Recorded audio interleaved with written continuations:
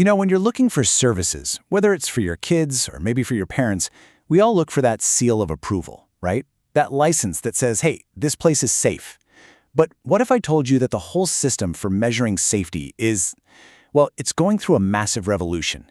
Today, we're going to look at how the new field of regulatory science is shifting the goal from just preventing harm to actively promoting good.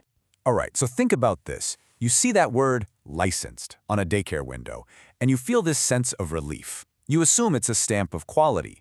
But the reality is, licensing has traditionally been about meeting a bare minimum baseline, kind of like a safety net. It doesn't always tell you about the things that make a place truly great. And that right there is the gap we're going to dig into. There's a huge difference between just following the rules and providing a service that genuinely helps people thrive. So the big question is, how do we even measure that difference? And that's where this new field, regulatory science, comes into play. It's all about creating smarter tools for measurement. And what's fascinating is that researchers in this area pretty quickly realize that licensing data is super unique. It just doesn't behave like the kind of social science data they were used to, and that one discovery, well, it changed everything. This, right here, gets to the absolute core of the philosophical shift. Compliance is all about preventing the worst. It asks, is this program avoiding bad things from happening? But quality is about achieving the best. It asks, is this program actively creating good things? And those are two fundamentally different goals. Okay, so how did we used to do things? To really get why a new approach is so important, we have to take a look at the old playbook, one that was built completely around that do no harm philosophy.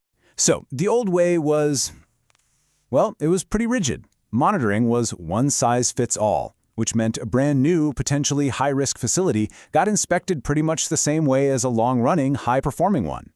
Every single rule was treated as equally important, and the whole process was deficit-based. It was designed to find what was wrong, which all boiled down to a simple pass or fail. And this quote, man, it just perfectly sums up that whole mindset. The regulator was basically a gatekeeper. Their job was to stop dangerous situations from happening. And look, that's a vital role for sure, but it's only half the story. Now here's where it gets really interesting, especially if you're into data. When scientists started digging into the kind of data this old system produced, they found some major statistical problems that made it almost impossible to measure what really mattered: quality. Turns out the data was what statisticians call heavily skewed. What that means is that almost every single program was rated as either in full or substantial compliance. Now, on the surface, that sounds great, right? But think about it from a measurement perspective. If everybody gets an A, how can you tell the good students from the truly exceptional ones? And look, you can see it plain as day right here on this chart. The huge majority of programs are all bunched up at the very top. There's almost no variation, which makes it incredibly hard to see any real difference between all the programs in that compliant group. And there's a name for this. It's called the ceiling effect. Once a program hits full compliance, that's it. There's no higher rating they can get in the system, even if they're going way above and beyond the minimum. They've literally hit the ceiling. So what does this all mean? Well, because there was no real variation and everything was just a simple pass-fail, the old model was really good at one thing: spotting the absolute worst performers and separating them from everyone else.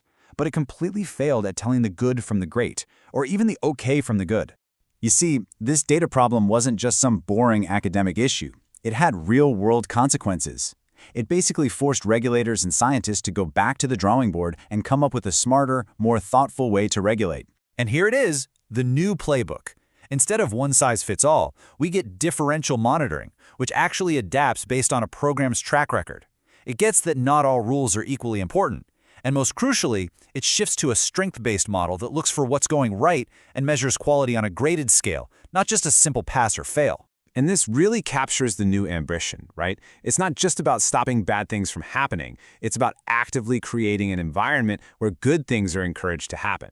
It's a huge shift towards a mindset of quality improvement. So one of the coolest tools in his new playbook is something called the key indicator approach.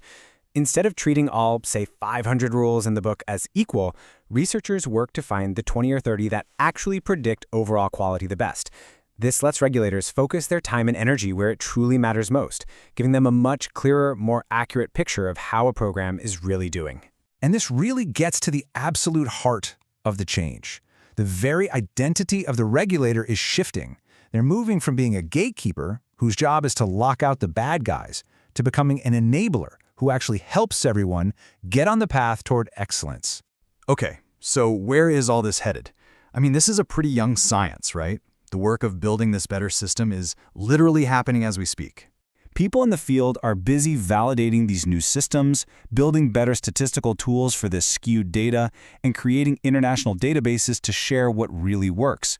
The big push is to move from that simple pass-fail, what they call nominal measurement, to a scaled or ordinal measurement that can actually capture the full spectrum of quality.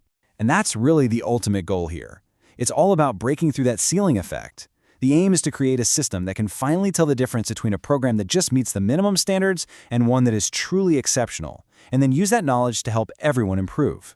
You know, this whole revolution in thinking, it's so much bigger than just childcare. It's a really powerful framework for improvement in general. So it leaves us with a final question to chew on. Where else in our society are we just settling for doing no harm when we could be aiming for doing good?